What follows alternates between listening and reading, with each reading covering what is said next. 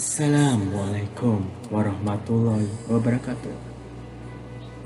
Marilah kita bersyukur kepada Allah Subhanahu wa Ta'ala dengan mengucapkan Alhamdulillahirabbil alamin, dan juga kita berselawat kepada Nabi Muhammad SAW. Semoga kalian yang di sana dilindungi oleh Allah Subhanahu wa Ta'ala. Kisah-kisah Asmaul Husna. Adapun kisahnya adalah sebagai berikut.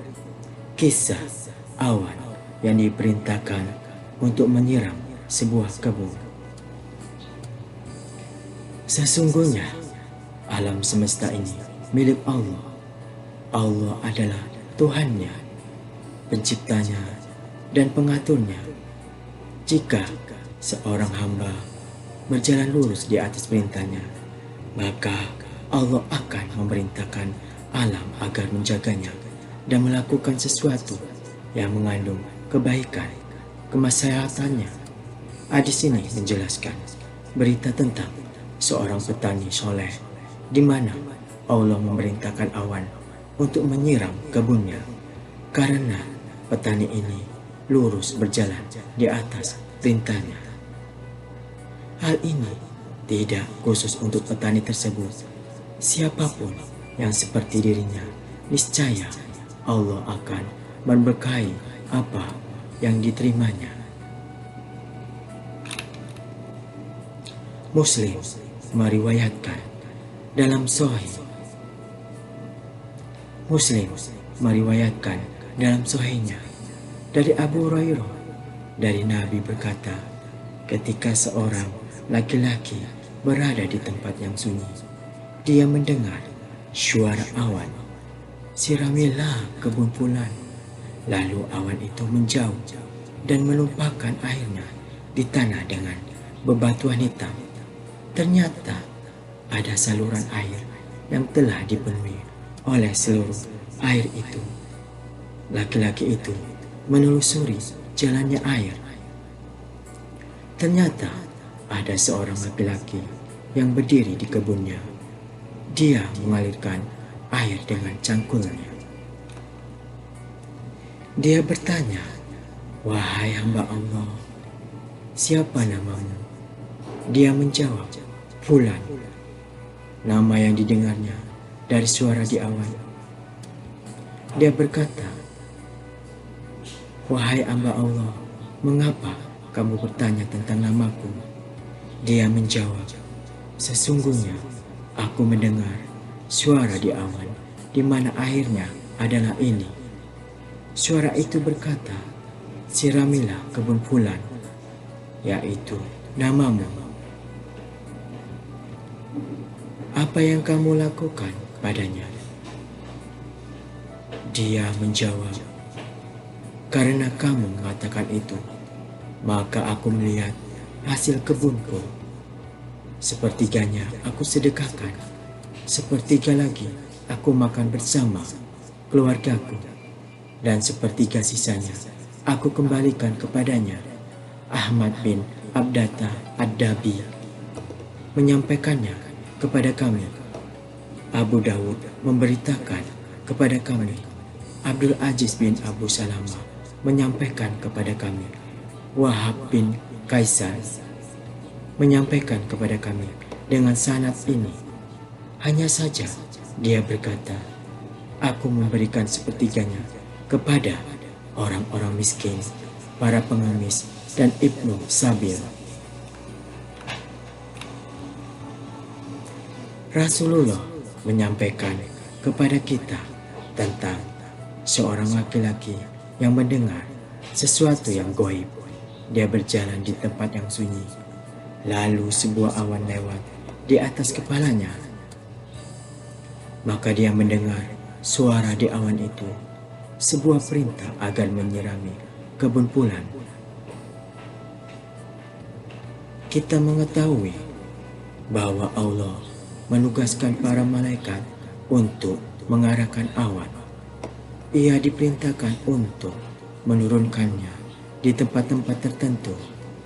Suara yang didengarkan oleh laki-laki itu adalah suara malaikat tanpa ragu. Dan sunatullah menunjukkan bahwa kita tidak mendengar ucapan para malaikat kecuali karena ada sebuah hikmah.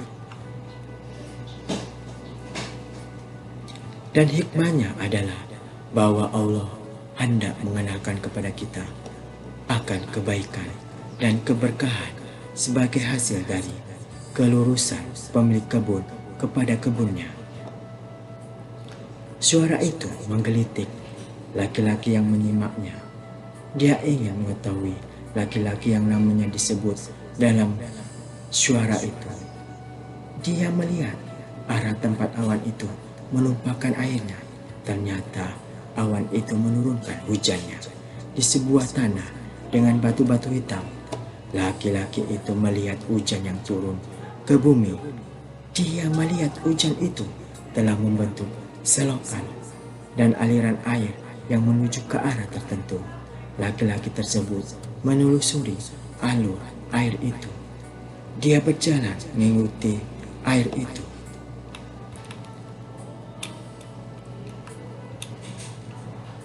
Dia melihatnya sampai di sebuah kebun. Laki-laki itu melihat seorang laki-laki lain yang sedang berdiri di sebuah kebun dan sedang mengalirkan air dengan cangkulnya agar menuju ke segala penjuru kebunnya. Laki-laki itu berhenti di depan pemilik kebun untuk menanyakan namanya. Dan ternyata namanya sama dengan nama yang terdengar. Dan suara itu pemilik kebun merasa aneh dengan pertanyaan laki-laki tersebut. Maka diberitahukanlah tentang beritanya dan nama yang dia dengar di awal. Dan bahwa sebuah perintah telah dikeluarkan kepada para petugas yang menangani awan itu agar menyiram kebunnya. Di sini, laki-laki itu bertanya kepadanya tentang sebab yang membuatnya berhak untuk memperoleh hujan dari awan yang diperintahkan, karena tentu saja pemilik kebun itu telah melakukan sesuatu yang membuat Tuhannya meridhoinya. Pemilik kebun menjelaskan bahwa hasil dari kebunnya dia bagi menjadi 3 bagian-bagian. Bagian yang disediakan kepada fakir miskin dan orang-orang yang memerlukan, bagian untuk keperluan dirinya dan keluarganya, serta bagian ketiga dikembalikan kepada kebun. Kita mengetahui bahwa sedekah menjaga harta, menumbuhkannya dan memberkahinya. Nafkah seseorang kepada keluarganya adalah kewajiban dari Allah, dan memelihara kebun dengan pengolahan, pemupukan dan penyiraman adalah keharusan. Dengan ini kamu mengetahui bahwa pemilik kebun ini adalah seorang petani muslim yang mengetahui hak Tuhannya atasnya, mengetahui hak diri dan keluarganya, ditambah dia ahli dalam memelihara dan mengolah tanah. Nah, pelajaran dan faedah yang bisa kita ambil dari kisahnya adalah sebagai berikut. Yang pertama, Allah menjaga dan memelihara hamba-hambanya yang soleh dan berjalan di atas perintahnya. Allah telah memerintahkan awan itu agar memberi air kepada kebun laki-laki soleh itu yang bersedekahkan dengan sepertiga hasil kebunnya. Yang kedua, Allah menyukai seorang hamba yang berimbang dalam segala urusan dan tindakannya, yang memberikan hak kepada yang berhak. Laki-laki pemilik kebun ini membagi hasil kebunnya menjadi 3 bagian secara adil. Tidak ada bagian yang mengalahkan yang lain. Yang ketiga, mahalnya agar amal soleh. Mahalnya harga amal soleh. Allah telah mengekalkan laki-laki ini dengan amal dan sedekahnya.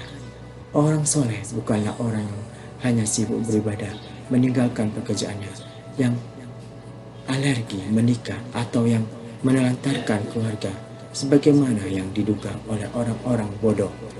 Yang keempat, jika Allah meridhoi seorang hamba, niscaya dia menundukkan langit dan bumi untuknya. Allah telah memerintahkan awan agar menyiram kebun laki-laki soleh itu. Nah, begitulah kisahnya. Semoga kita dapat mengamalkannya. dan juga semoga bermanfaat bagi kita semua untuk dunia dan di akhirat. Wabillahi taufik hidayah. Assalamualaikum warahmatullahi wabarakatuh.